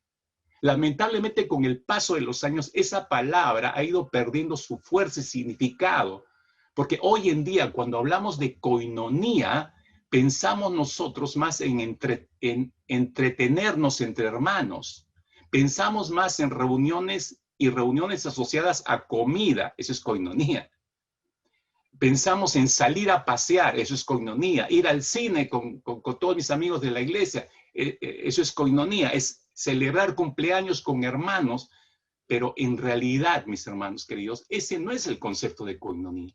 Detrás de la palabra coinonía está la idea de tener algo en común. Y ese algo que debemos tener en común es una vida compartida, donde tu dolor sea mi dolor y tu alegría sea mi alegría y tu gozo sea mi gozo. El apóstol Pablo lo expresó de esta manera en 1 Corintios, capítulo 12, versículo 26. La siguiente, por favor. 1 Corintios 12, 26. Y si un miembro sufre, todos los miembros sufren con él. Y si un miembro es honrado, todos los miembros se regocijan con él. Espero que esto haya explotado como dinamita en tu mente, sobre todo todos los millennials. Creo que debemos considerar algunos textos claves, mis hermanos, con respecto a la iglesia, porque estamos tocando a la esposa de Cristo, estamos aprendiendo qué es la esposa de Cristo, y esto me da mucho temor tocar el tema, mis hermanos. Así que quiero ser muy cuidadoso, como decía al inicio, viajar pegado al texto bíblico, ¿no? Para no deshonrar al Señor. Diferentes personas, organizaciones, incluso denominaciones, tienen diferentes ideas de lo que es la iglesia y su misión hoy en día. Las discrepancias por eso resultan de no terminar. ¿Por qué? Porque no están usando la palabra de Dios para definir la institución que Cristo fundó. Arman sus propias definiciones, pero ¿qué dice la palabra con respecto a lo que es la iglesia? Solamente para recordar, hermanos míos, la palabra iglesia aparece solamente 2 veces en los 4 evangelios. Estoy hablando solo de los evangelios, estoy hablando de todas las demás cartas, ¿no? Solo los 4 evangelios. Aparecen solamente 2 veces la palabra eclesia. Y ambas ocasiones, las 2 veces, las utiliza nuestro Señor Jesucristo. Aparece en Mateo capítulo 16, versículo 18, que es el texto que nuestro hermano Guillermo leyó al inicio, o parte del texto, donde dice, y yo también te digo, le está hablando a Pedro, que tú eres Pedro, y sobre esta roca edificaré mi iglesia, y las puertas del Hades no prevalecerán contra ella. Y Jesús usó el término ahí, eclesia, para hablar de la garantía de que la iglesia triunfará contra viento y marea. Estaba preanunciando eso el Señor. La segunda vez que usa el término es también en el Evangelio de Mateo, un par de capítulos hacia adelante, Mateo 18, versículo 17, donde Jesús dijo, si no los oyeren a ellos, dilo a la iglesia. Está hablando de la disciplina dentro de la iglesia. Y si no oye a la iglesia, tenle por gentil y publicano. ¿Por qué hizo esta cita a la iglesia del Señor en este contexto de este capítulo? Para hablar de la necesidad de mantener presente la disciplina de su iglesia, de manera específica, ¿no? Entonces, en ningún otro evangelio aparece la palabra como tal. Y esto, mis hermanos, nos obliga a que si queremos hablar de la iglesia que complace a Dios, debemos comenzar por donde Él comenzó. Creo honestamente, mis hermanos, si empezamos bien en los textos de la palabra que hacen referencia a la iglesia, tenemos mayor garantía de terminar bien y de entender bien qué es la iglesia. Entonces vayamos con sumo cuidado acá. Entonces, nuestra intención es analizar estos 2 pasajes del Evangelio de Mateo, en los cuales aparece la palabra iglesia. En el primer pasaje, como yo decía, de Mateo 16, que vamos a estudiar, Cristo establece una garantía de sobrevivencia de la iglesia y un triunfo final. Ahora, esto es importante tenerlo claro, mis hermanos. En el segundo pasaje, Mateo 18, al que aludimos hace un instante, Cristo establece la necesidad de que esa iglesia viva en santidad. Si va a ser representante de Cristo en esta tierra, debe hacerlo de manera correcta. Por eso el tema es de disciplina. Quien haga violenta esa santidad. Para trabajar de lado a lado con el Señor, tiene que haber santidad. Entonces, quiero que vayamos rápidamente para analizar bien estos textos bíblicos. Mateo capítulo 16, voy primeramente a este texto una vez más, ya más completo en su contexto, un poco más atrás, vamos, versículo 13 hacia adelante. Dice que cuando llegó Jesús a la región de Cesarea de Filipo, preguntó a sus discípulos diciendo, ¿qué dicen los hombres que es el Hijo del Hombre? Y ellos dijeron, uno, Juan el Bautista, otro Elías, pero otros, Jeremías o uno de los profetas. Jesús les responde, les dice, ¿y vosotros quién decís que soy? Y respondió Simón Pedro y le dice al Señor, tú eres el Cristo, el Hijo del Dios viviente. Y Jesús respondió y le dijo, bienaventurado eres Simón, hijo de Jonás, porque esto no te lo reveló carne ni sangre, sino mi Padre que está en los cielos. Yo también te digo que tú eres Pedro, y sobre esta roca edificaré mi iglesia, y las puertas del Hades no prevalecerán contra ella. La mayoría de los creyentes, mis hermanos, saben que estas palabras representan lo que se llegó a llamar la confesión de Cesarea de Filipo, refiriéndose a esta confesión de Pedro. Esta confesión tiene lugar en un momento en que Jesús quería oír de boca de sus propios discípulos la opinión que la gente tenía de sí mismo, para luego compararla con la de sus propios discípulos. Sin embargo, Jesús estaba detrás de algo mayor que esto. No solo quería escuchar qué pensaba la gente, sino había algo mayor detrás de todo esto, porque Jesús conocía, dice la Escritura, los pensamientos de los hombres. Entonces no necesitaba saber la opinión de los demás, él lo conocía. Entonces tenían que ver algo mayor que quería, que estaba dando Jesús. Había un propósito mayor al hacer esta pregunta. ¿Y qué era eso? Jesús quería aprovechar sus respuestas para que ellos llegaran a entender, mis hermanos, que la iglesia que él estaba fundando contaba con todas las garantías del cielo aquí en la tierra para triunfar. Espero que hayan notado eso con cuidado. Jesús les estaba mostrando, yo estoy levantando una iglesia, y esta iglesia aquí en la tierra tiene toda la garantía de los cielos para su triunfo.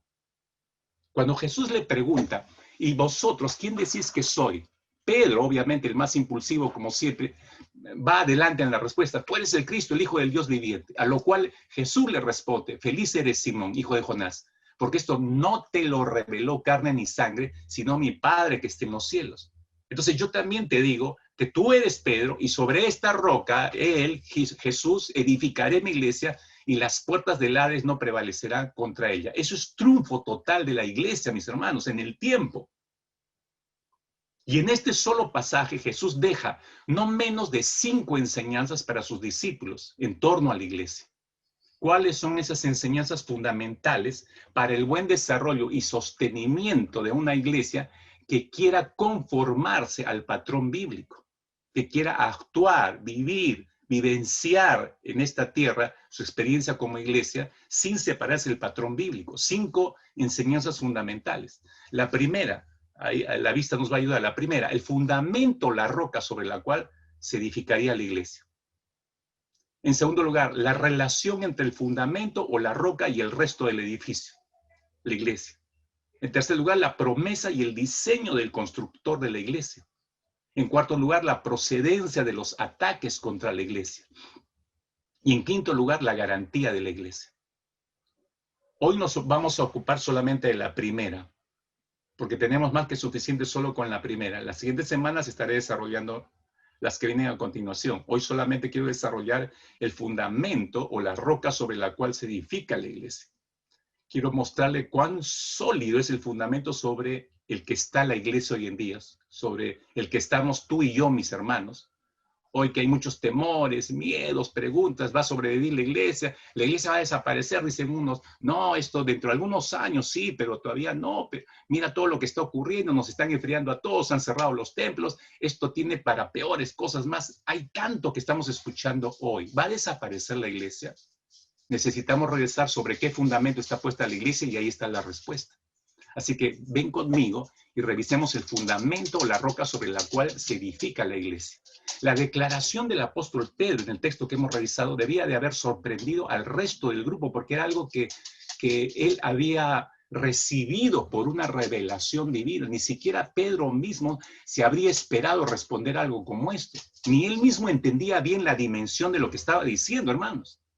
De ahí las palabras de Cristo, ¿no? Rápidamente le aclara esto, le dice, esto no te lo reveló carne ni sangre, sino mi Padre que está en los cielos. De ahí vino la revelación, de ahí vino el entendimiento, de ahí vino la sabiduría, para decir lo que está diciendo Pedro. Lo que Pedro acababa de recibir era nada más y nada menos, mis hermanos, que la identidad de Cristo. Y esa declaración sobre la persona de Jesús y la persona misma de Jesús, en todo caso, pasaría a ser la roca sobre la cual se edificaría la iglesia. La revelación de la identidad de Cristo les da el fundamento a los discípulos para entender, sobre este Cristo es que se va a levantar la iglesia. Sobre este Cristo, sobre esta roca se va a edificar la iglesia. Toda edificación, y todos los hermanos que saben de construcción me darán la razón, toda edificación es tan fuerte como el fundamento que la sostiene. De manera que cuando Cristo dice que sobre él, como la roca, sería edificada la iglesia, su iglesia, estaba expresando, mis hermanos, estaba expresando qué tamaño sería este proyecto y qué solidez tendría aquello que se estaba proponiendo edificar el Señor. Tamaño y solidez. Tamaño y solidez. Grandeza y suficiencia. De eso está hablando el Señor. Efesios capítulo 2, versículos 19 y 20. El apóstol Pablo dice lo siguiente: así que ya no sois extranjeros ni advenedizos, sino conciudadanos de los santos y miembros de la familia de Dios, edificados sobre el fundamento de los apóstoles y profetas, siendo la principal piedra del ángulo Jesucristo mismo. Pablo nos está hablando de que nosotros estamos edificando sobre un fundamento, y ese fundamento es el fundamento de apóstoles y profetas. Eso yo lo expliqué en un mensaje pasado, donde Jesús mismo es la piedra angular. En la antigüedad, mis hermanos, en el tiempo del Señor, la piedra angular era la primer piedra que se colocaba en determinada posición, y la dirección en que se colocaba esa piedra, todas las demás piedras que se colocaban siguiente a esta, tenían que seguir esa misma dirección. Cristo fue, hermanos, Cristo fue y sigue siendo el día de hoy esa piedra angular que ha determinado dónde iremos incrustados el resto de nosotros. Todo movimiento religioso que no tenga a Cristo como fundamento único, hermanos.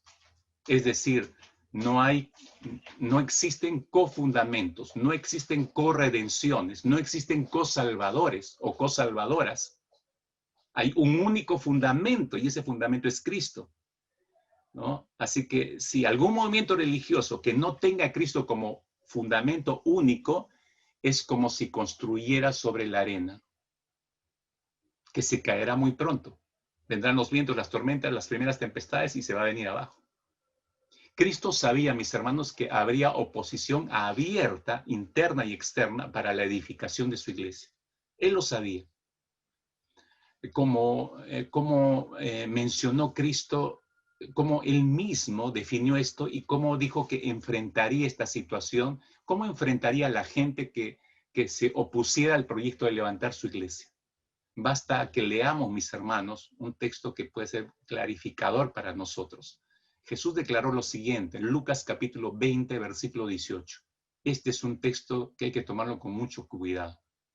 Lucas 20, 18, Jesús dijo lo siguiente: todo el que caiga sobre esta piedra será quebrantado, y aquel sobre quien ella caiga lo desmenuzará. O lo esparcirá como polvo, como dicen otras versiones. Esta advertencia, mis hermanos, no puede tomarse a la ligera, porque las consecuencias de ignorarla, hermanos, son funestas. Pues Cristo no ve con neutralidad. Usted se da cuenta, el Señor no está viendo con neutralidad a aquellos que se oponen al crecimiento y a la expansión de la iglesia, de su iglesia. De hecho, según estas palabras de Jesús, quienes se opongan a sus planes van a ser destruidos. Fíjese cómo Cristo se refiere a sí mismo como la piedra. Él es la piedra principal, ¿no? Todo el que caiga sobre esta piedra será quebrantado. O sea, acá hay una decisión de cada persona. El texto está mostrando, y el Señor está mostrando, hay una decisión de cada persona. Yo tengo que caer sobre esta esta piedra, tengo que ejercer mi voluntad para hacerlo. Si yo hago esto, voy a ser quebrantado.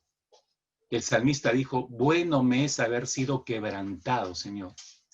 Porque si no, no te hubiera conocido, porque si no, no hubiera logrado tener la vida eterna. Necesitamos ser quebrantados.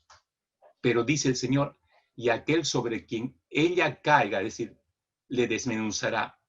Aquel sobre quien caiga es alguien que se está negando a caer voluntariamente sobre la piedra. Entonces la piedra lo va a alcanzar y lo va a desmenuzar, lo va a esparcir como polvo, va a ser destruido. Cuando Cristo se define como la roca aquí, hace dos cosas. En primer lugar, les da garantía a los discípulos de cuán sólida sería la iglesia que iba a levantar él. En segundo lugar, él remarca que el oponerse a sus propósitos es un gran error, hasta el punto que Cristo les asegura que aquel sobre quien caiga la roca será esparcido como polvo y aquel que caiga contra la roca será desmenuzado, hecho pedazos. El pastor Miguel Núñez dice lo siguiente, la siguiente vista, por favor. Él dice que Cristo ha garantizado la permanencia de la iglesia y muchos que hoy se preguntan si la iglesia sobrevivirá en estos tiempos, deben recordar que la iglesia tiene todo el poder del cielo en la tierra como garantía de triunfar en espera de su segunda venida. Escúchelo, la iglesia tiene todo el poder del cielo en la tierra como garantía de triunfar en espera de su segunda venida. Y ya con eso, está diciendo no solo el pastor Núñez, sino el producto de la palabra, podemos decir, la iglesia no va a desaparecer, hermanos.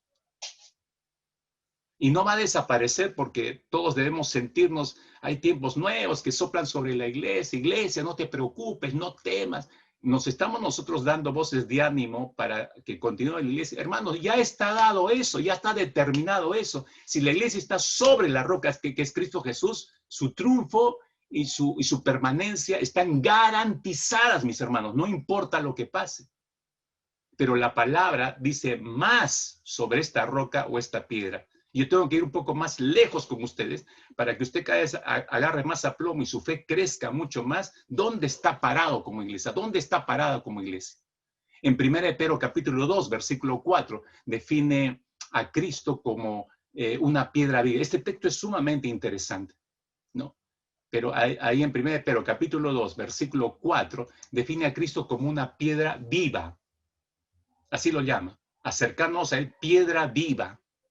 Pero luego cambia en estos mismos versículos hacia adelante, en el versículo 6, si se da cuenta, ya no le llama piedra viva, le llama piedra preciosa.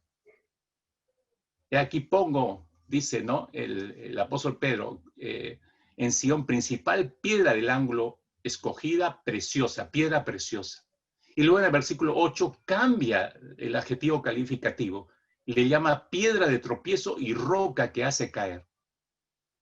¿Son tres piedras diferentes? No, está hablando de la misma persona, se está refiriendo a Cristo Jesús. Las tres referencias son referencias a Jesús. Permítame explicarle puntualmente por qué se le llama así a Cristo. Comprendiendo un poco mejor su significado, hermanos, podremos tener una visión correcta acerca de nuestro fundamento y veremos qué gran fundamento tenemos. Y como iglesia podemos marchar muy seguros de que pase lo que pase, la iglesia no va a desaparecer, como les decía. Las puertas del infierno no van a prevalecer contra ella, hermanos.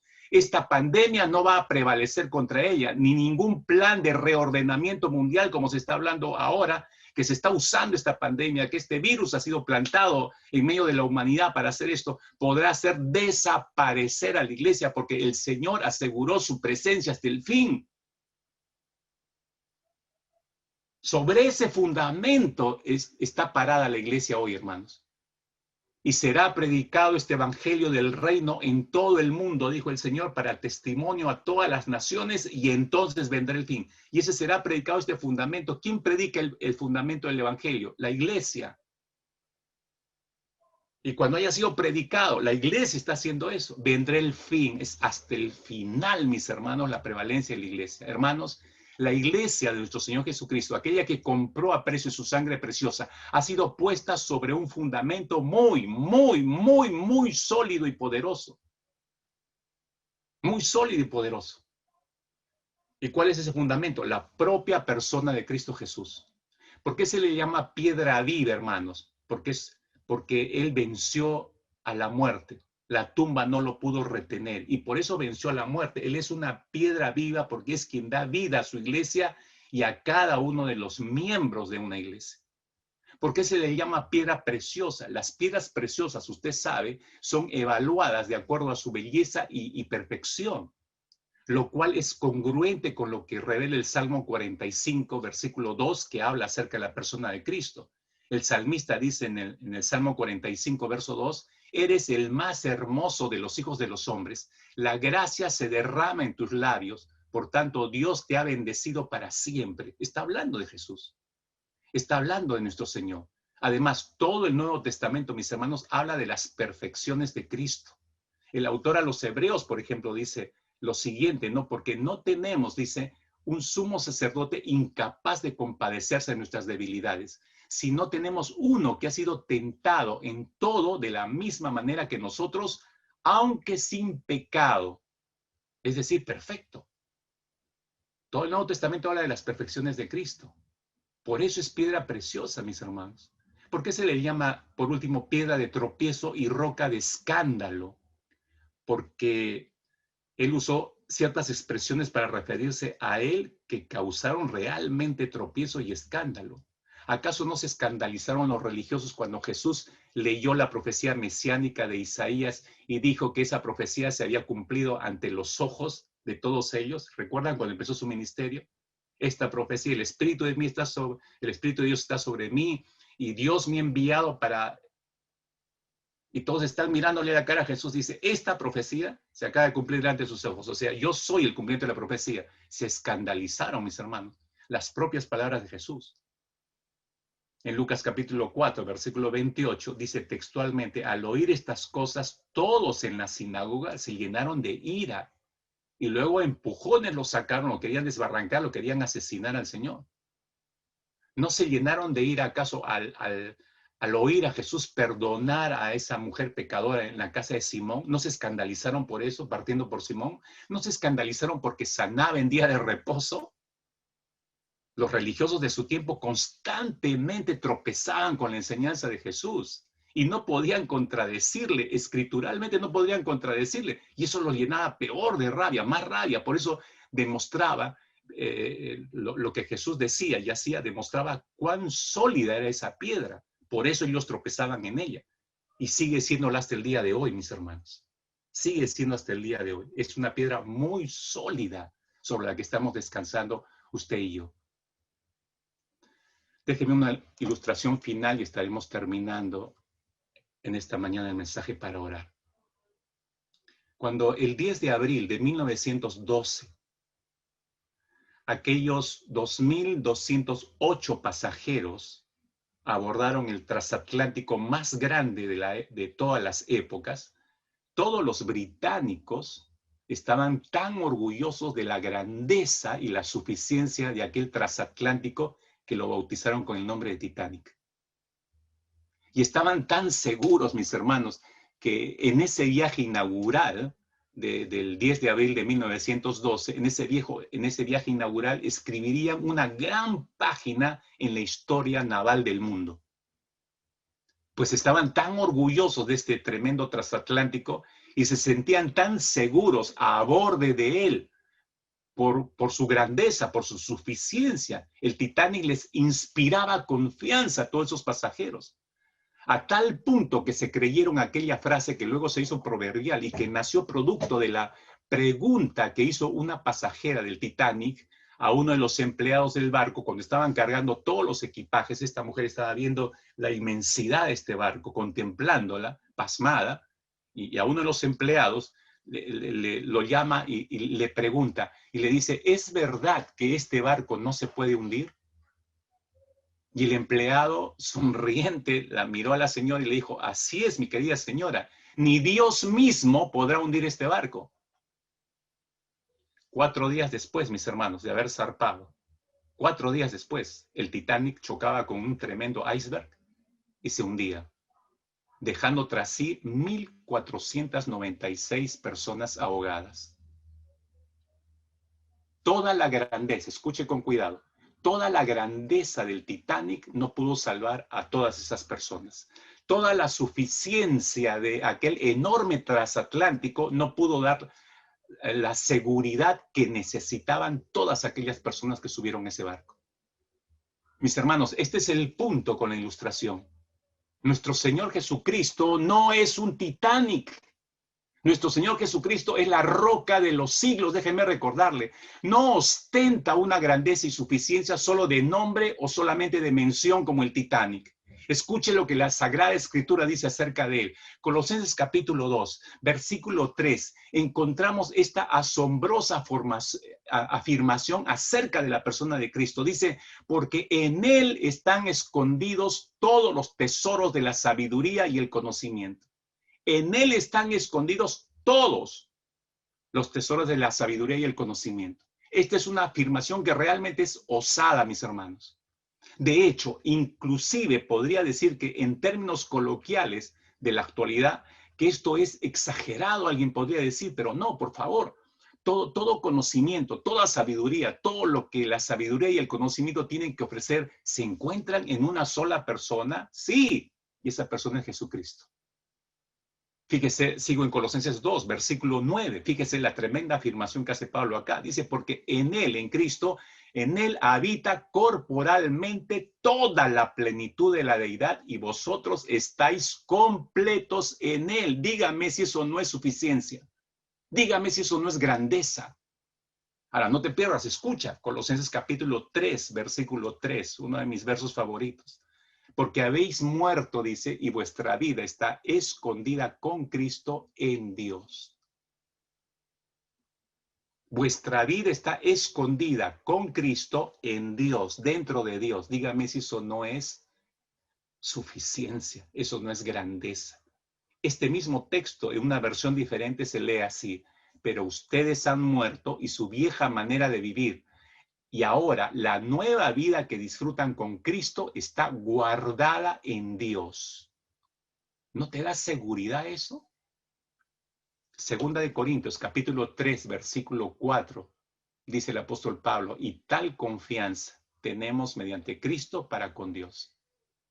Por eso nos sentimos seguros de Dios gracias a Cristo, está diciendo el apóstol Pablo. Tal confianza tenemos mediante Cristo para con Dios. Hermanos míos, sobre esta roca está la iglesia fundamentada. La iglesia que somos tú y yo, sobre esta roca, esta tremenda roca que inspira seguridad, confianza, sobre esa roca está fundamentada la iglesia de hoy. ¿Por qué nosotros, mis hermanos, por qué hemos de temer lo que el hombre puede hacerle a la iglesia? Si no puede tocarle en la profundidad, en su esencia, en lo que es. Por eso ni las puertas del infierno, dijo el Señor, van a prevalecer contra ella. Podemos enfrentar un sinfín de cosas en los siguientes años por venir. No sabemos. Esta situación, como dicen, si realmente hay una mente o un grupo de personas interesadas que están planificando o que han planificado todo esto, que no es casual, han provocado esta crisis para terminar con una era, para terminar con todo lo que se llaman las creencias, la religión, que es el opio del pueblo, para acabar con todo esto, piensan que sí pueden hacer desaparecer a la iglesia. Mis hermanos, en toda la última hora les he mostrado a través de la palabra que Cristo dijo todo lo contrario, ni las puertas del infierno prevalecerán contra ella. Es decir, está garantizada hasta el final, hasta el último día en que el mundo sea cubierto con el evangelio de salvación, y entonces vendrá el fin, hasta ahí estará presente la iglesia. Entonces estamos muy seguros de la grandeza y la suficiencia de Cristo, porque sobre él está fundamentada la iglesia, sobre él está fundamentada tu vida y mi vida.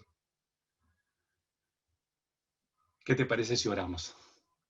Y le damos gloria al Señor y nos gozamos de esta tremenda verdad, mis hermanos. ¿Por qué hemos de temer?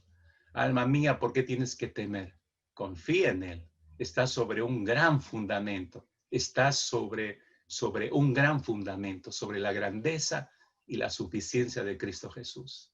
Padre, muchas gracias, Señor, en esta mañana. Gracias, Señor, por ampararnos en tus brazos. Desde los primeros minutos, Señor, nos hiciste entrar en un espíritu de adoración para hablar a nuestro corazón y ayudarnos a ver sin ningún impedimento, Señor, que el velo haya sido corrido de nuestros ojos y hayamos podido ver la riqueza de estas verdades, Señor. Lo que venga por delante no debería preocuparnos, Señor. Todo lo que ocurra y los temores a que, Señor, pueda desaparecer la iglesia no tienen asidero, Señor, porque tu palabra es verdad. Tú dijiste que va a prevalecer y así será. Tú dijiste que ni el infierno podrá detenerla y así será. Señor, confiamos en tu palabra, porque tú eres fiel y verdadero, Señor, y porque nuestro corazón quiere descansar en estas verdades. Somos tu iglesia, Señor. Somos un pueblo que has redimido y que está, Señor, parado sobre un gran fundamento que eres tú mismo, Señor. Gracias por esto, amado Dios. Te damos toda la gloria y la honra, Señor, en esta mañana. Amén.